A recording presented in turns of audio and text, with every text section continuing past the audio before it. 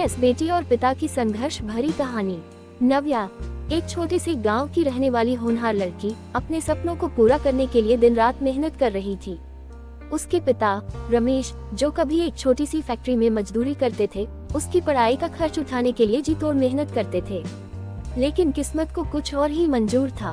एक दिन अचानक फैक्ट्री बंद हो गई और रमेश के पास कोई रोजगार नहीं बचा। गरीबी की मार झेलते हुए उन्होंने अपनी बेटी की पढ़ाई जारी रखने के लिए कर्ज लिया। नव्या को इस बात की भनक तक नहीं थी कि उसके पिता उसके सपनों को पूरा करने के लिए खुद भूखा सोने लगे थे। वक्त बीतता गया। नव्या अपनी मेहनत और लगन के बल पर आईएएस की परीक्षा पास कर गई। ट्रेनिंग खत्म होते ही उसे पहली पोस्टिंग मिली और वह गर्व से अपने गांव लौट रही थी। स्टेशन पर पहुंचते ही उसने एक झुकी हुई कमर वाले, फटे कपड़ों में लाचार से दिख रहे एक बूढ़े को भीख मांगते देखा।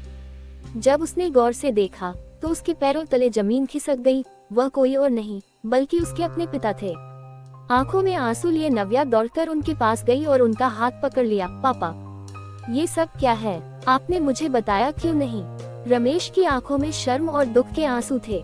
उन्होंने सिर झुका लिया और बोले, बेटा, तुझे अपने सपनों से दूर नहीं करना चाहता था।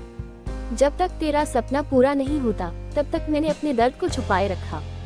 नव्या ने तुरंत अपने पिता को गले लगाया और वहां खड़े सभी लोगों से कहा, जो इंसान अपनी बेटी को आईएएस बना सकता है, उसे भीख मांगने की जरूरत नहीं होनी चाहिए। उसने अपने पिता को सम्मान पूर्वक घर ले जाकर उनका पूरा इलाज करवाया और फिर अपनी पहली सैलरी से उनके लिए एक छोटा सा व्यवसाय शुरू किया। नव्या जानती थी कि असली सफलता वही होती है जब आप अपने माता पिता के सपनों को भी साकार कर सकें। संघर्ष से सफलता तक ये कहानी सिर्फ नव्या की नहीं बल्कि हर उस लड़की की है जो अपने माता पिता के लिए कुछ करने का जज्बा रखती है।